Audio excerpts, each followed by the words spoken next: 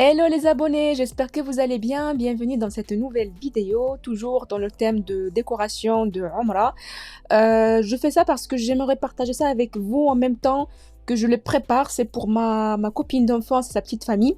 Donc comme ça aussi, je vous donne des idées et en même temps, je vous montre la technique pour arriver à décorer des cadres. Donc vous pouvez vous inspirer, même si ce n'est pas pour le même thème, pour un mariage, pour une fiançaille, ça reste toujours les mêmes étapes. Allez, c'est parti. Attends. Un petit rappel avant d'aller plus loin. Si vous n'êtes pas encore abonné à la chaîne, faites-le pour recevoir toutes les nouveautés. Si vous avez des questions, mettez-les en commentaire. Je réponds à tout.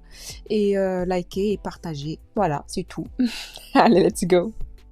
Donc, pour commencer, sur Canva, j'ai essayé de trouver une image qui représente la Kaaba. Vous avez vraiment beaucoup d'images dans la librairie Canva. J'ai choisi celle-ci que vous voyez sur l'écran. Je vous ai déjà montré comment charger une image sur le logiciel Cricut Design Space. Donc, vous allez dans télécharger tout à gauche en bas et vous chargez votre photo. Ensuite, j'ai mis du texte. Si vous voulez la police en fait que j'utilise, tout est sur Dafan. Tous mes polices, je les télécharge sur le site Dafan. Donc, vous pouvez faire pareil, utiliser votre propre police. J'ai écrit une petite doua tout en bas, le prénom au milieu et Omra Mubaraka en haut. Alors j'ai essayé d'aligner un petit peu tout le texte pour que en fait ça fasse les dimensions du cadre. Faites attention parce qu'il faut prendre les mesures du cadre et il faut en gros que tout votre dessin ne dépasse pas la hauteur, largeur du cadre. J'ai dupliqué mon dessin x3, j'ai changé juste les prénoms et j'ai envoyé à la machine. Donc là on va utiliser deux sortes de papier autocollant ou du vinyle. Donc, je vais utiliser du vinyle noir et du vinyle doré. D'accord? C'est que de l'autocollant. J'essaie juste en fait de réaligner parce que des fois, c'est pile poil sur la limite de découpe. Et si jamais je positionne mal le papier sur le tapis de transport, eh bien, ça peut mal découper. Donc, j'essaie de le descendre un petit peu, de bien centrer le texte ou les images pour éviter que ça coupe mal. Pour le matériel, j'ai utilisé vinyle, donc j'ai choisi vinyle. Pour la pression, j'ai mis plus parce que j'ai ma lame qui commence à déconner, il faut que je la change. Donc voilà, j'ai besoin d'un peu plus de pression.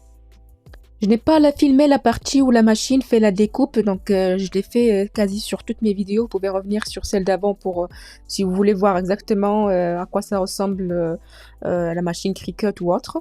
Mais en tout cas, voilà, la machine a fini la découpe.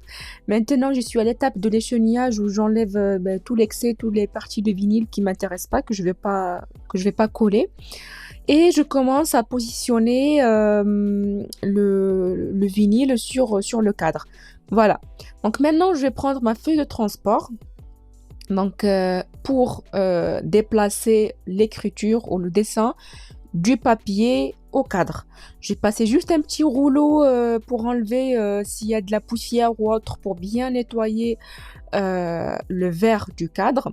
Et j'ai commencé le transfert. Donc là, j'ai pris mon papier transfert, c'est le papier transparent et du coup, je le colle sur le dessin puis ensuite j'enlève que le dessin et que je recolle ensuite sur le verre. Voilà, juste nettoyer bien le cadre pour qu'il n'y ait pas de la poussière ou autre qui va empêcher le vinyle de coller. Un conseil que je dis toujours, utilisez du papier de qualité, que ce soit du vinyle, du thermocollant ou autre. Quand je dis autre, c'est plutôt sur la partie sublimation. Ça va vous faire gagner du temps. Certes, c'est moins cher, mais vous avez deux inconvénients. Le premier, c'est que vous allez perdre du temps parce que la découpe va mal se passer, parce que vous allez perdre des morceaux, parce que vous allez galérer pendant l'échenillage. Et deuxième inconvénient, c'est que vous allez perdre du temps à faire une découpe et à la refaire et même perdre de l'argent au final. Donc voilà, j'arrive à la fin de la vidéo, c'était vraiment très rapide.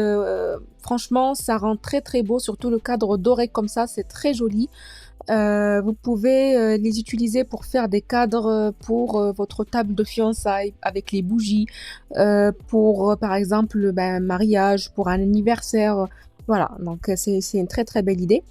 Donc on arrive à la fin de la vidéo. Je vous invite à poser des questions. Si vous en avez en commentaire, je vais y répondre. À liker, à partager la vidéo et surtout de vous abonner à la chaîne. Et sur ce, je vous dis à la prochaine vidéo. Salut!